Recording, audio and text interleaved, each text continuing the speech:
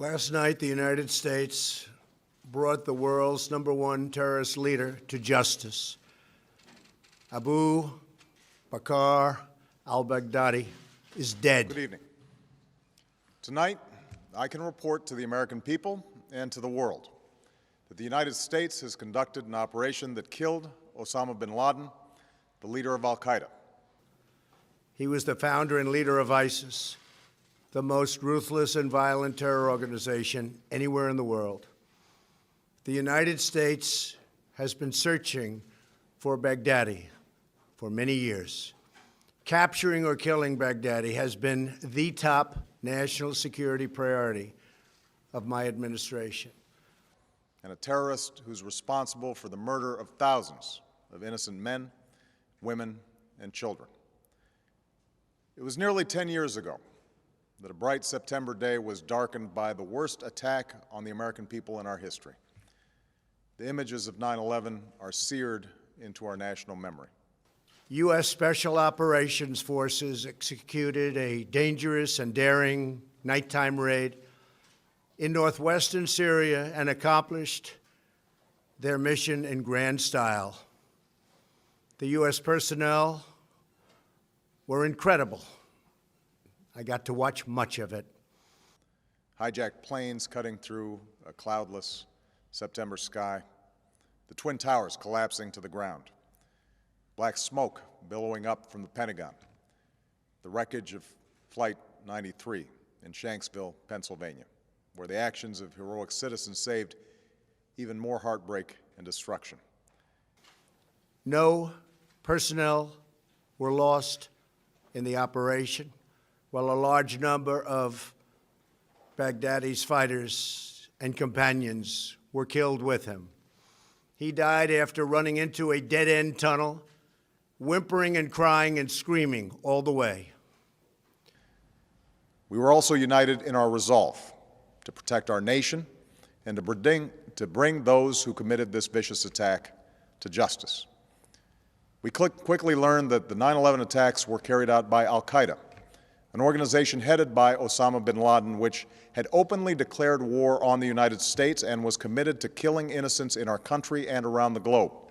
The compound had been cleared by this time, with people either surrendering or being shot and killed.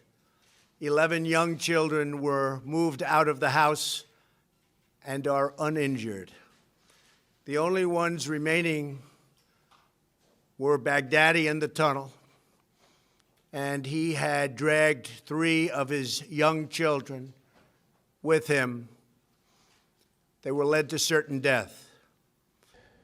And so we went to war against al-Qaeda to protect our citizens, our friends, and our allies.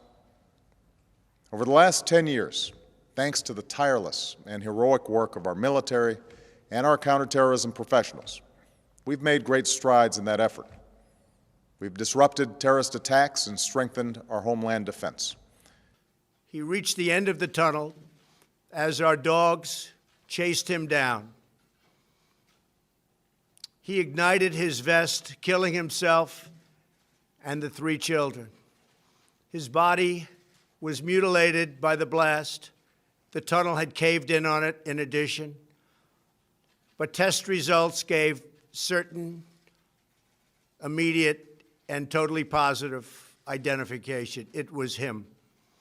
In Afghanistan, we removed the Taliban government, which had given bin Laden and al-Qaeda safe haven and support. And around the globe, we worked with our friends and allies to capture or kill scores of al-Qaeda terrorists, including several who were a part of the 9/11 plot.